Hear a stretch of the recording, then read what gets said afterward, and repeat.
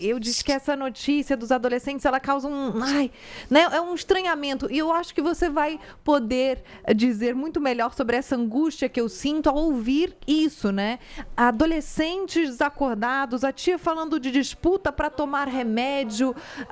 Que é isso, né? O que a gente pode falar sobre esse caso? Bom dia, que bom falar com você aqui. Bom dia, Pondé.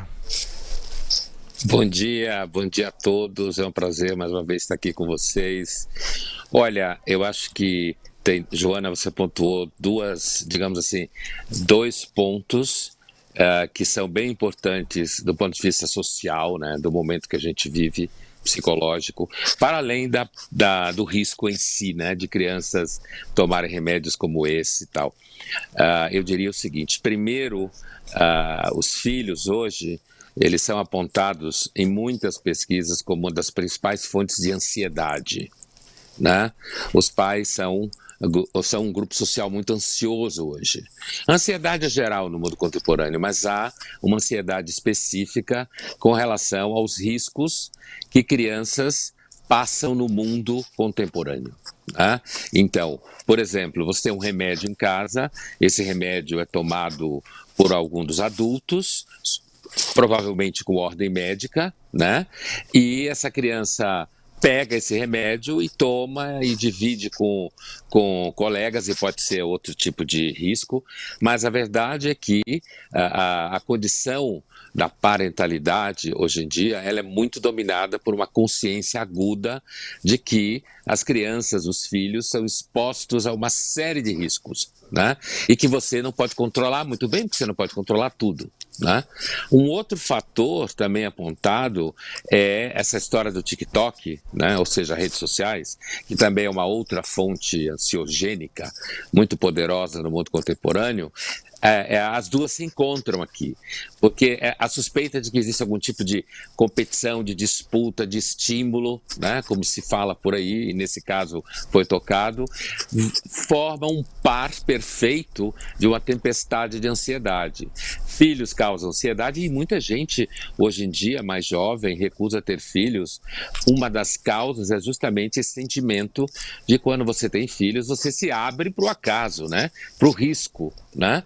E esse fator se encontra com essa ferramenta ansiogênica, que são as redes sociais, porque você não sabe o que está acontecendo ali e o que é que seu filho ou sua filha está metido, né, nesse meio. Então, é de fato uma tempestade perfeita em termos de produção de ansiedade mesmo. Pondé, ansiedade é o grande mal do nosso momento? Estudando aí historicamente, a filosofia já falou disso antes, ou isso é realmente uma grande novidade? Olha, é sempre difícil você fazer um paralelo histórico, né? Porque você não tem propriamente ferramentas.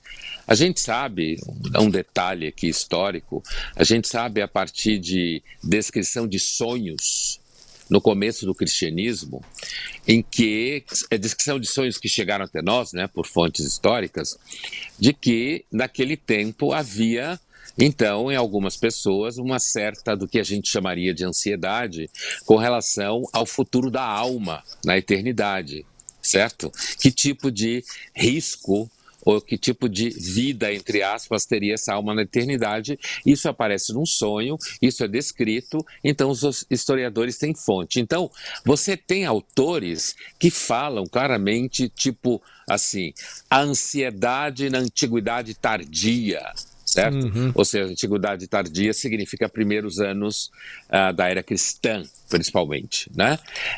Agora, sem dúvida nenhuma, o termo foi ganhando...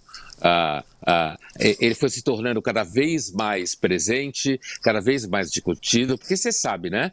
Uma coisa, quando começa a ser falada, ela começa a existir mais.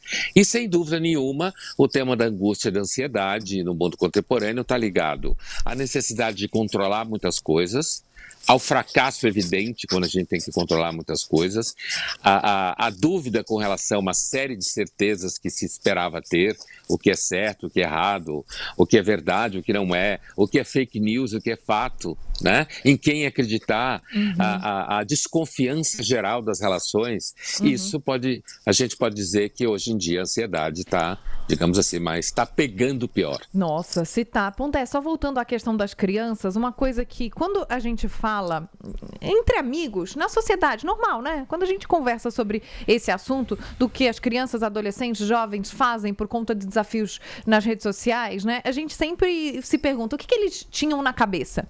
Mas qual é a resposta para essa pergunta que às vezes pode ter até um quê de crueldade, né, contra os jovens que são vítimas? Vale a gente lembrar que eles são vítimas, a gente não está trazendo uma culpa em cima do que eles fizeram, mas os pais se perguntam, né, o que eles têm na cabeça? A gente dá tudo, a gente dá educação, a gente dá suporte, a gente dá apoio, o que eles têm na cabeça? Dá pra gente responder, Pondé?